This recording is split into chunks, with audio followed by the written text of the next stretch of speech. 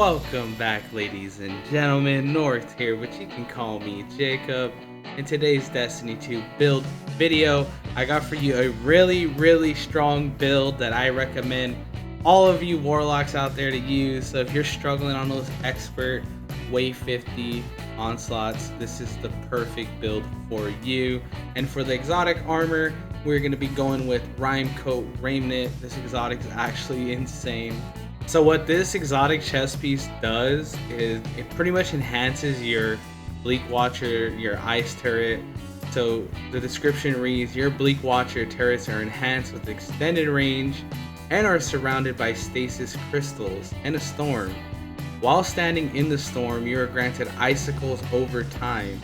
Icicles activate when you fire your weapons, applying slow to targets they hit. So I'm using this with the exotic trace rifle Aegir Scepter. So this thing, you synergize both of these and oh my goodness, you're just gonna be stasis everywhere. You're gonna be slowing all your enemies, and if you cannot complete a wave 50 onslaught on expert with this build, you have a couple warlocks with it. It does a lot of work. You just pretty much just sit there. Like I said, you can play with your eyes closed. It's really powerful. Another cool little feature about this build is the bleak domain. So when you throw your nade down, you actually have a little stasis buddy. So it's a little one of its kind. So I'll throw my nade down and it just shoots out like slow bursts, and then you pair this with Aegir's and then Devour and your arcane needle. It's gonna be doing a lot of work. I'm gonna show you guys the gameplay loop and how simple it is to just lock down areas. You take this into an expert onslaught, you have two warlocks, or just you're just gonna have infinite grenades, and you're just gonna be just an ad clearing machine, and nothing's gonna get past you, not even those pesky little screams. Alright, so for the gameplay loop, pretty much all you want to do is just throw your Bleak Watcher down, and you're just chilling in it. You got a storm surrounding you. I don't think the storm actually hurts the enemies that come into it, but it does slow them, I'm pretty sure. And you just want to stay in your cozy little Bleak domain, Bleak Watcher, just surrounded by crystals. You feel nice and safe. So you're just chilling there, synergizing all the stasis, and we're gonna get into the artifact mods to make this build even better. And we're gonna get into the armor mods and the fragments and all that good stuff. So yeah, pretty much you just throw your Bleak Watcher, you sit in it, you get Devour, and look at that grenade energy regen. Oh my goodness, this is why I'm choosing to use prismatic over stasis, because you have survivability. Yeah, you have frost armor on stasis in general, but you can get that on prismatic. So there's really no point to run stasis with this build.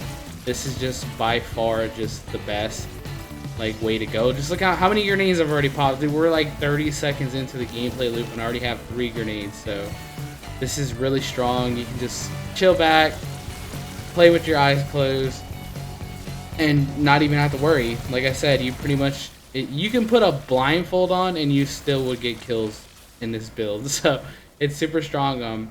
So let's get into the fragments and all right, let's get into the actual build itself. I showed you guys the gameplay loop. I showed you the exotic. I showed you the exotic weapon that we are synergizing with this build. So we are obviously going to be using Prismatic Warlock. We're going to be using Song of Flame here and Phoenix Dive for my panic button. And I'm going to also be using Arcane Needle for the three melees, and then obviously I'm gonna be using Storm Grenade, so we can actually get well, it doesn't really matter what grenade to use, but I'm using Storm Grenade because why not. And I also have Bleak Watcher here as my aspect, and I have Feed the Void Devour, because this thing is, Devour is just super broken. You have it propped and you're constantly regenning grenade energy.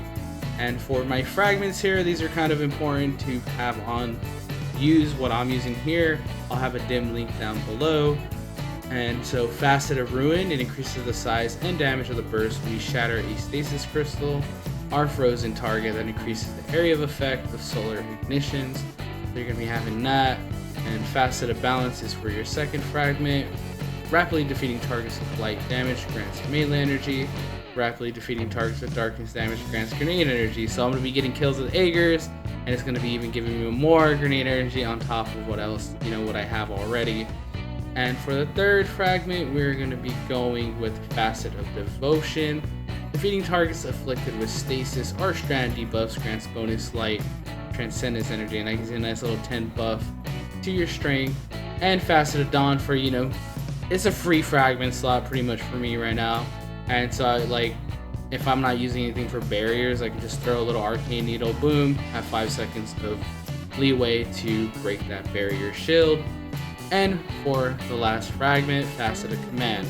Freezing or suppressing a target reloads your equipped weapons and increases weapon stability, aim assist, and airborne effectiveness. Defeating a frozen or suppressed target creates stasis shard or void breach. So you're going to be having a bunch of stasis shards everywhere. So those are the abilities, my super, and my aspects that I have on this build here. And obviously, you have the Freezing Singularity Grenade, which is void and stasis. So you have all that synergizing together. These are the fragments and aspects you want to run on this build. And now let's get into the artifact perks really quickly, and then we'll go over the artifact or my armor mods as well. Alright, so now that we got the aspects, abilities, and grenades, and class ability, and all that juicy stuff, let's get into the artifact here. The artifact has a lot of stasis stuff, so we're going to get into that. I have, first off, I have one with Frost. While Frost armor is active, stasis weapons gain increased reload speed and stability. Stasis swords gain increased guard resistance. And I also have Wind Chill. I'm going to be going over this really fast, so make sure you guys look at this and just put what I have on here. Rapid stasis weapon, precision hits grant you a stack of Frost armor. So that's really, really nice. And Crystalline Converter. Gather stasis shards to gain stacks of Crystalline Converter.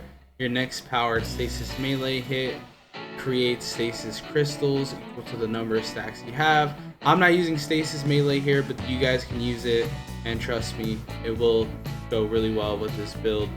And for armor of Aramis, while Frost armor is active, taking critical damage for combatants causes you to emit a freezing burst. This is really cool, just like a nice little burst of freeze, and you top that with your little storm that you're sitting in. And Hell the Storm, shattering stasis crystals release shards of ice that damage and slow targets. So all the crystals that are surrounding you, you can shatter them, and it will actually, go and seek targets, and it will slow them. So it's really, really nice. And finally, Brain Freeze. Frozen combatants become surrounded by chilling fog, which slows combatants that aren't already. So you guys are getting the point here. Everything is so much stasis synergized here. So we're going to be pairing this, like I said, with Aegir Scepter and the exotic chest piece that we are using today for this build. So make sure you guys put these artifact mods on your builds. Alright, now let's go into my armor mods. We're going to just run them down real quick because they speak for themselves. They're really simple. So let's get over that really quickly. Alright, so while we're breaking down my armor mod real fast, I just want to let you guys know that I'm using a SMG here, but you can use a scout rifle, or like me, I like to be up and close in action, so I'm using SMG. But this also gives me the benefit of long range, and the super, the actual exotic perk is insane. You just hold square and it just auto reloads and slows. It's pretty nuts. And this is the GL I'm using. If you guys are wondering, that is my weapons that I'm using for this build. It's a stasis GL, so pairs well. So for my helmet, I have I have a special ammo finder, a special ammo scout, obviously because I want special with Aegers. And for my gauntlets, I have firepower and grenade kickstart. Really simple. And I have charged up, so I get another stack of armor charge. And then resistance, depends on what activity you're running. And for my boots, I have better already in innervation, so I get a little bit more grenade uptime, and I also get heal, and I have stasis weapon surge to go with my Aegers. And last but not least, I have triple bomber on my bond, so I do my little phoenix dive. So yeah, so I just wanted to take a little quick rundown, and make sure you guys go for 100 resil and 100 discipline for this build. Obviously you want as much damage resistance, and you want discipline too. so you can maximize your grenade recharge. So make sure you guys look out for that as well. Alright, so I just want to have a quick little outro, and I want to thank you guys for watching my videos. Make sure you guys hit that like and subscribe. I do stream here on YouTube as well, but I'm going to be going crazy with the uploads here in the next couple weeks. We're going to be pushing out builds, and we're probably going to do a little solo flawless build videos too, and we're going to go in there and get that solo flawless Vespers host. So hope you guys enjoyed the content. I hope to catch you guys on the next one, hopefully. Peace.